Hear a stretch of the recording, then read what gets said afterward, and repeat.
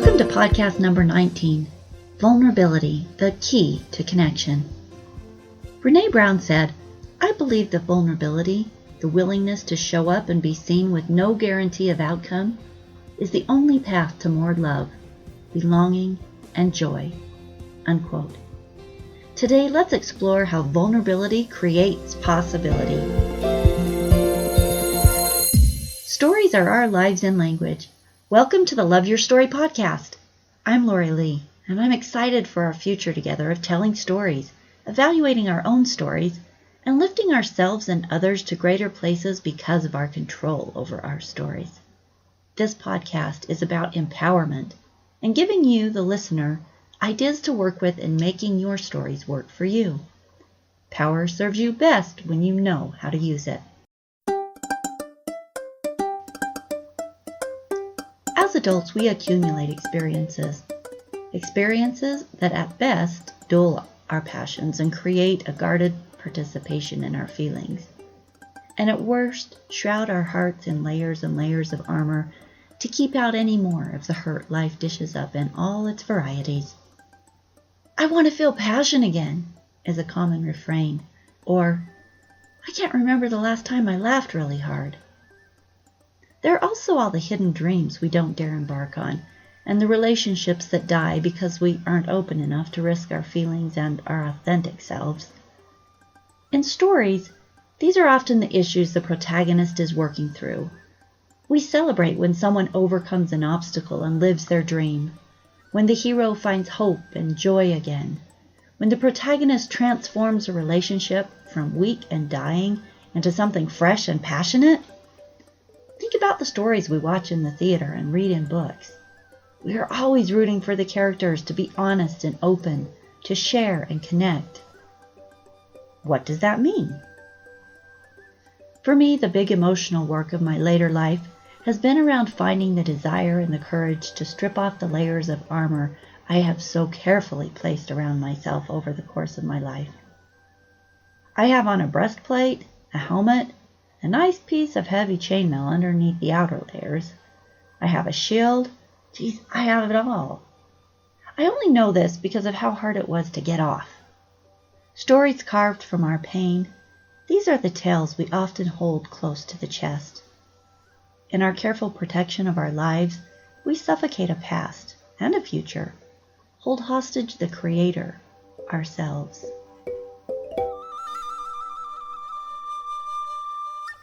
The dictionary defines vulnerability as 1, capable of or susceptible to being wounded or hurt, as by a weapon, a vulnerable part of the body. 2, open to moral attack, criticism, temptation, etc. Or 3, an argument vulnerable to refutation. He is vulnerable to bribery. Now, none of those definitions make me want to jump into vulnerability, but I learned a thing or two this year, namely that vulnerability is power. That seems like an oxymoron, but it turns out that it's true. When we are real, authentically who we are, this is the space where true connection is made, or that the possibility of it even exists. One of the things that I have learned in my writing is that when I share real stories, not crafting them so they sound good, but the raw, real stuff, the stuff that makes me vulnerable. This is the space where people are touched. This is the space where readers can relate and connect. This is the space where writing is not life as it should be, but rather life as it is. And this makes connection. Writers help society understand the connections that bind us, and this is done often through realness, which requires vulnerability. In my next level workshop, there were many people who were striving to find their own vulnerability. Men wanted better relationships with their wives, and they weren't sure why they were hitting a wall. Vulnerability was completely foreign to them. That space where you share yourself, your feelings, your fears. Fathers and mothers wanted to reconnect with children. Children wanted to reconnect with parents. They wanted to heal relationships. They needed a key, and the key was vulnerability.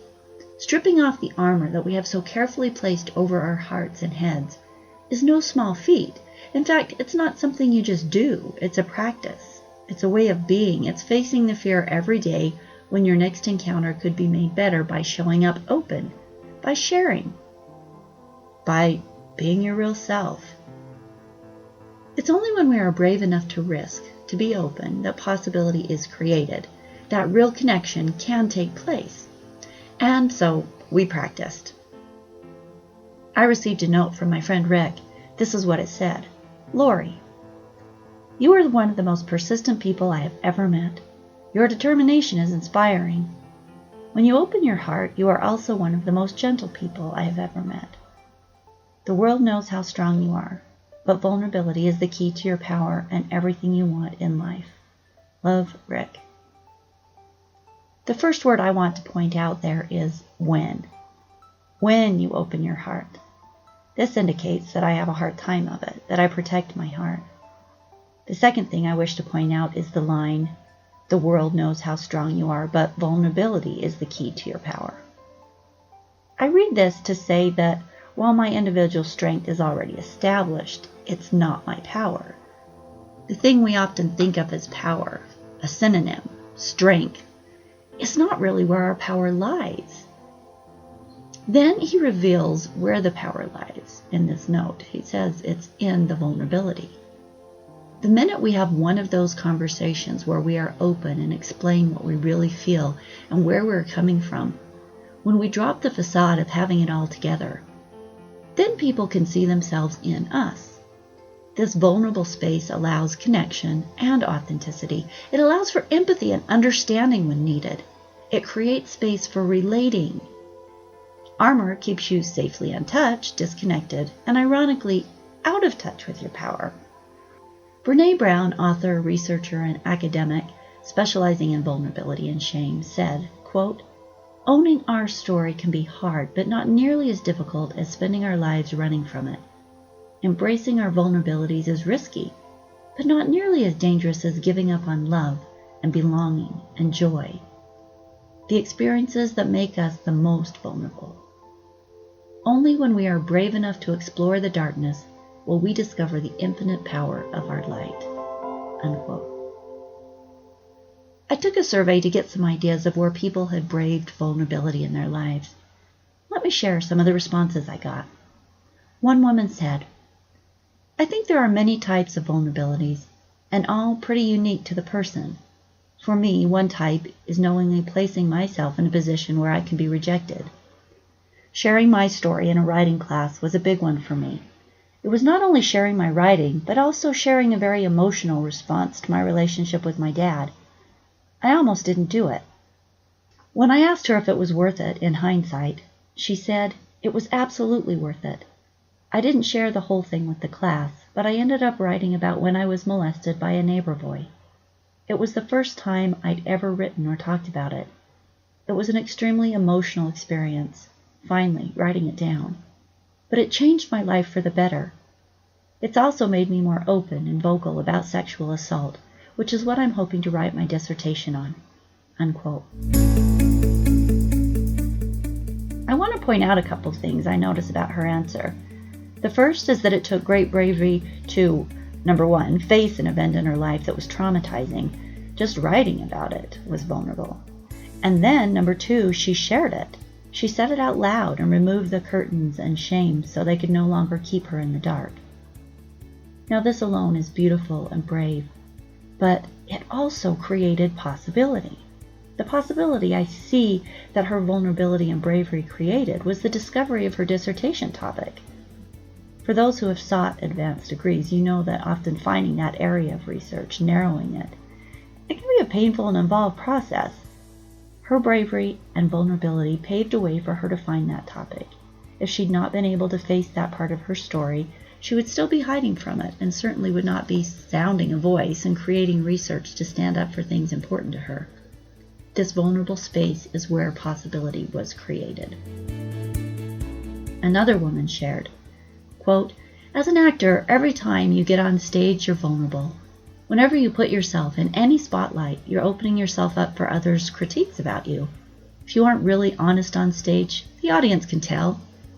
Dance is that way too. In my choreography class, we had to choreograph a piece for our final concert. It was such a beautiful concert because people really dug deep and put themselves out there, myself included. It was terrifying because a piece of me was on that stage being graded by other people. I'll give you another example, she said. I became terrified to gain weight and would only eat a Pop-Tart or a granola bar a day. When I realized that I was headed down a slippery slope, I told my roommates and close friends what I was struggling with. I was scared because I was worried that they would judge me or not take me seriously. They were amazing, though, and really helped me through it. I think vulnerability is not only sharing your true self with others, but also letting others share with you.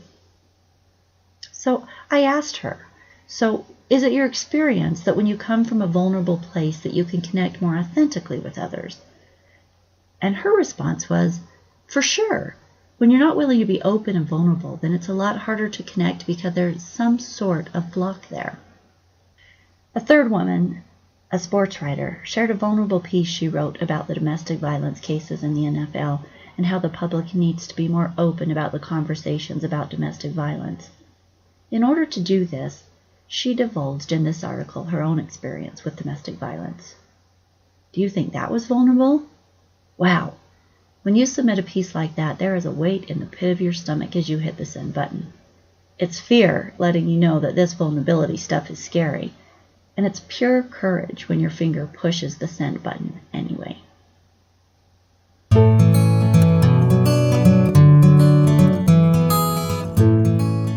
There are numerous ways to be vulnerable. Another woman, a martial artist, brought up the physical vulnerability of training with men. She said, quote, as a woman who does martial arts with men, vulnerable happens almost every time I train. When I train with men, I don't know. I'm putting myself out there. They could be full of themselves and want to dominate, or they could be brand new and go all wild and out of control on you. However, off the mats, I feel just the opposite. I am empowered, strong, and confident, and know that I can handle myself if need be. And that is so invigorating. Despite that feeling of vulnerability on the mats, she creates the possibility for her empowerment off the mat by accepting and working through that vulnerable state during training. If she let her fear keep her from the mat, she would be neither accomplished nor empowered. Courage. Every time I see these examples of vulnerability, I see courage. Courage to write, courage to speak up, courage to train, courage to dance, courage to share secrets that feel shameful, courage to risk. And it is that courage that creates the possibility for richer experiences.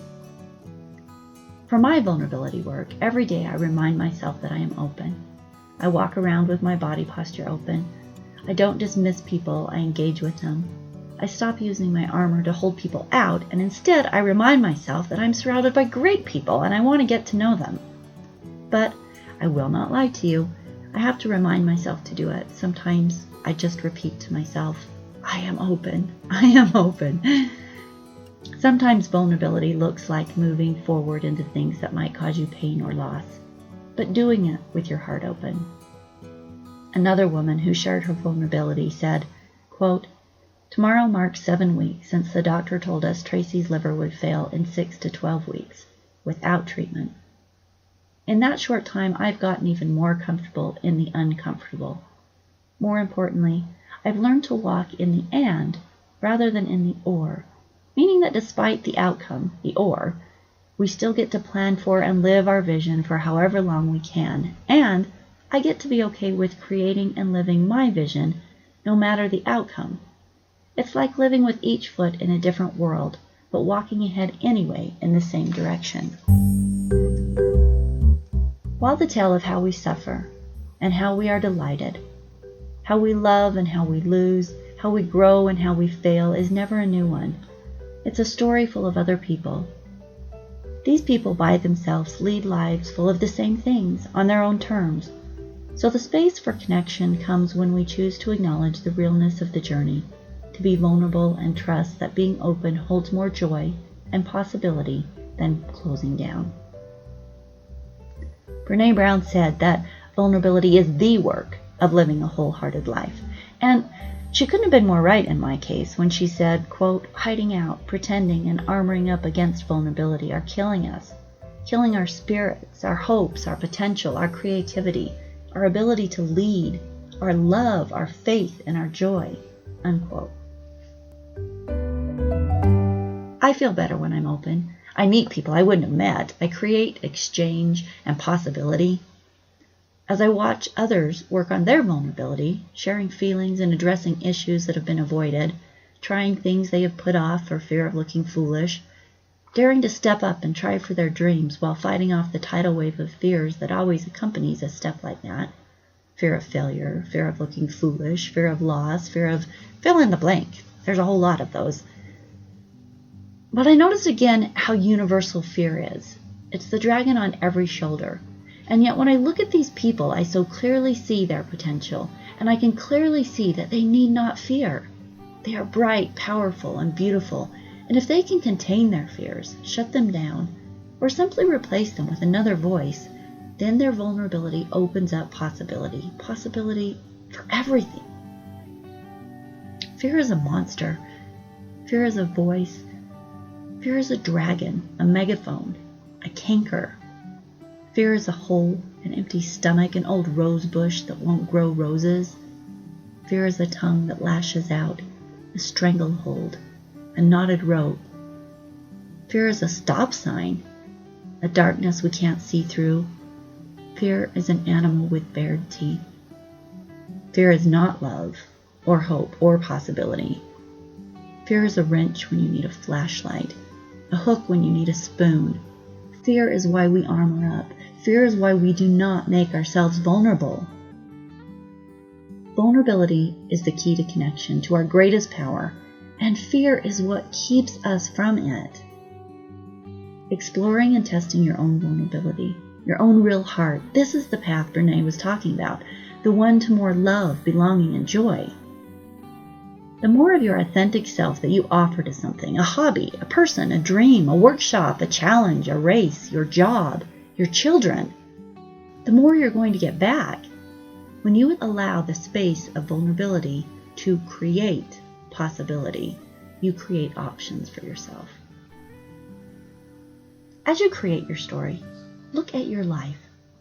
How often are you in your comfort zone? If you're in your comfort zone, you probably aren't stepping into vulnerable places. You aren't creating possibility the way you could. What about relationships? Could they be better? Could opening up some of those vulnerable sharing spaces help you bridge spaces between you and your loved one? This week, your challenge is to find a space in which to be brave and vulnerable. See what possibility it creates when you tell someone how you really feel. When you open up and share a talent. When you bravely step forward despite possible pain and loss, or when you ask for help. These are just a few examples. But this week, have fun out there telling your stories and creating bigger and better possibilities for yourself because you're open to vulnerability.